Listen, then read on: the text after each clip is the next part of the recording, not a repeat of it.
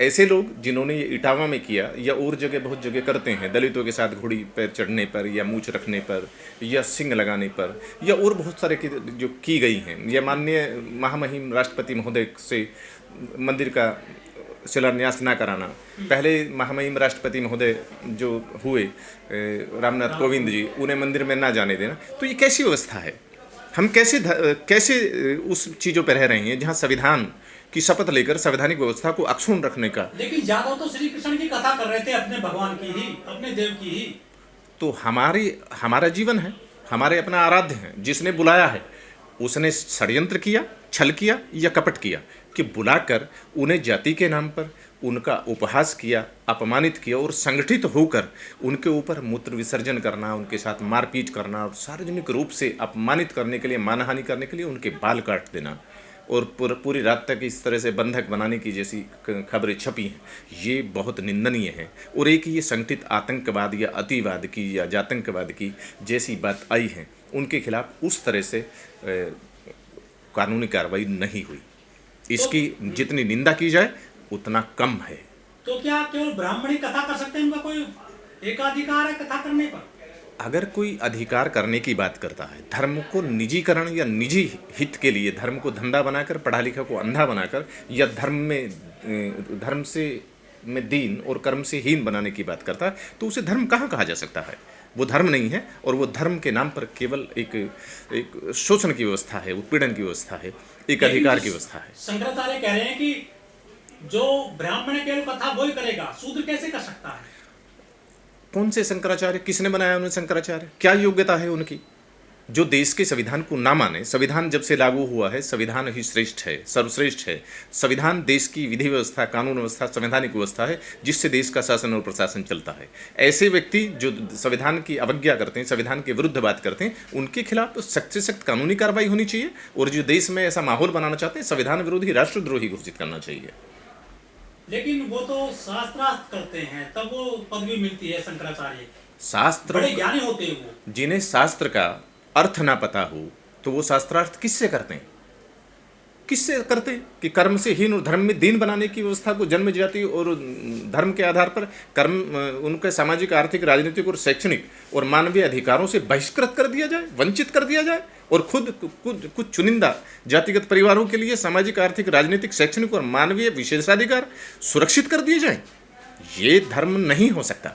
लेकिन सर, जो यादव जाति उत्तर प्रदेश में डोमिनेट कास्ट रही है, जो सामंतवादी व्यवस्था है या पूंजीवादी व्यवस्था है या जो साम्राज्यवादी व्यवस्था है, वो होती ही है साम दाम दंड भेद छल कपट मर्म विभेद के आधार पर होती है, बांटो और राज करो के आधार पर होती है।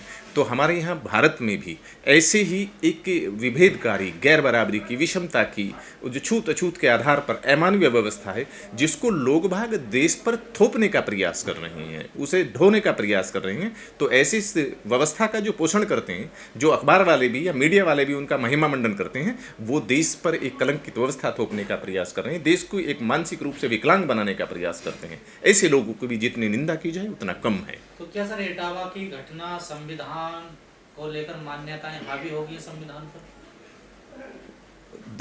जो भी प्रथाएं हैं या भी जो प्रथा हो या परंपरा हो, उनका संविधान से क्या मतलब? ज्ञान और विज्ञान, ज्ञान अंधविश्वास के आधार पर अगर किसी पर थोपा जाता है तो उसको ज्ञान वो नहीं कहते। संविधान तो इजाजत देता है ना कि कोई भी कुछ भी कर सकता है। कोई क्या कर सकता है? संविधान कर सकता है, कोई पूजा कर, कर्मकांड कर सकता है, कुछ भी कर सकता है ना। देखिए, कर्म कर सकता है, कर्म के आधार पर दूसरे का हत्याकांड नहीं कर सकता, दूसरे के संवैधानिक अधिकारों की हत्या करने का कांड नहीं कर सकता। अंधविश्वास और विश्वास में फर्क है। विश्वास जो सत्य, न्याय और प्रामाणिकता पर आधारित है। अंधविश्वास एक मूर्खता है, पाखंडिस्तान है, मूर्खिस्तान बनाने की एक व्यवस्था है, जहां भाग्य और भगवान के नाम पर एक दूसरे व्यक्ति के सामाजिक, आर्थिक, राजनीतिक, शैक्षणिक और मानवीय अधिकारों से वंचित कर दिया जाए। उसे आस्था और विश्वास कहकर मानवीयता की या संवैधानिक व्यवस्था की या विधि व्यवस्था की हत्या करने की छूट नहीं दी जा सकती। जो इटावा में कर रहे थे कथावाचन, वो क्या था सर? जिन्होंने आए उन्होंने धर्म के नाम पर उनको कथावाचन करने के लिए बुलाया। ऐसी खबरें आई कि वो पहले भी वहाँ पर कथा करके गए थे, कथा वाचन कर रहे थे, जो कर रहे थे, जो लिखी गई होगी उसी के आधार पे कर रहे थे।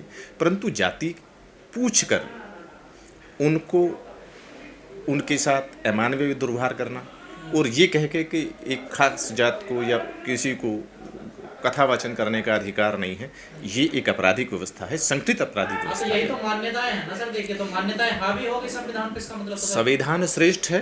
देश की शासन प्रशासन की व्यवस्था संविधान से चलती है, मान्यताओं से और प्रथाओं से या किसी भी शास्त्र से नहीं चलती।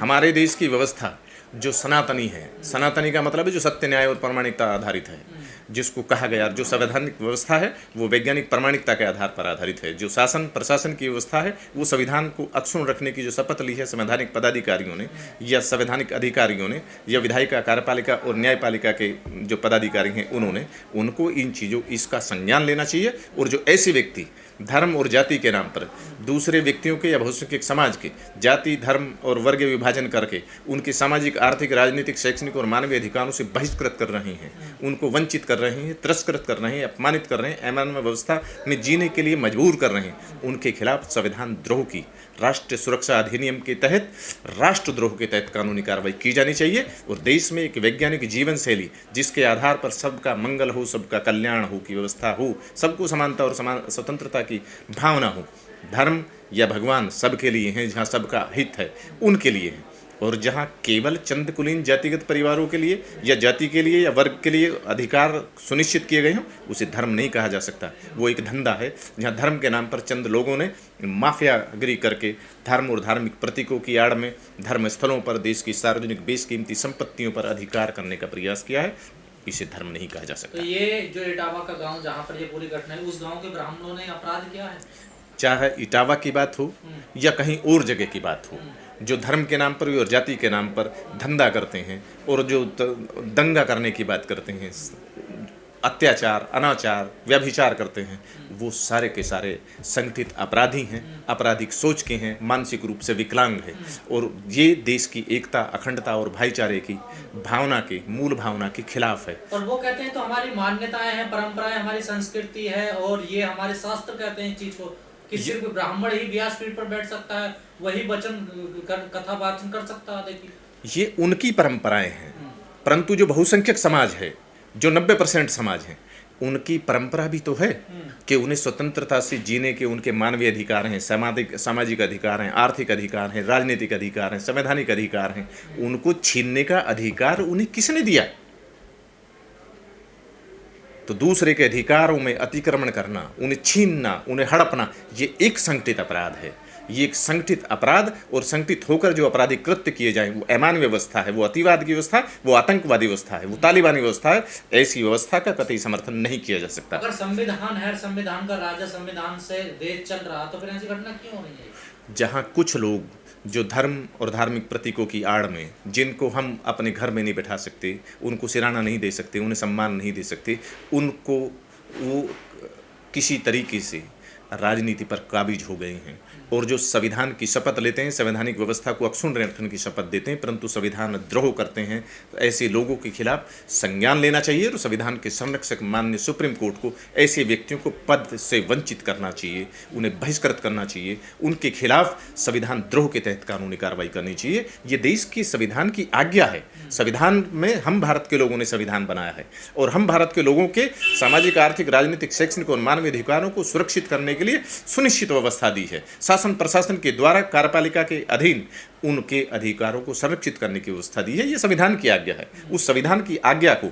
सुनिश्चित करना चाहिए, चाहे वो सरकार हो, चाहे वैसी चीज हो। अगर वो सुनिश्चित नहीं करते, उस संविधान की अवज्ञा करते हैं, वही संविधान द्रोही है। पूंजीवादियों की साम्राज्यवादी व्यवस्था रही है और पूंजीवाद निजीकरण के नाम पे रहा है। मतलब एक तरह से माफिया होते हैं जिन्होंने धर्म पर कब्जा करके धर्म और धार्मिक प्रतीकों की आड़ में देश में एक पाखंडवाद का, एक भय भ्रम और अंधविश्वास का जाल बिछाया है और खुद एक जाति के नाम पर धर्म का निजीकरण करके, धर्म के माफिया बन के पाखंडवाद की आंधी में हमें गुमराह करने का प्रयास किया है।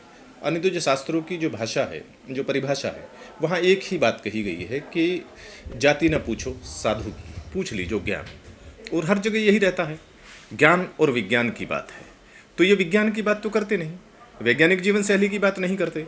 और जब भारत है, भारत का संविधान है और संविधान में वैज्ञानिक जीवन शैली की और संवैधानिक व्यवस्था की बात की गई है, तो इस पर कोई चर्चा परिचर्चा नहीं करते, तो इन्हें ब्राह्मण नहीं कहा जा सकता।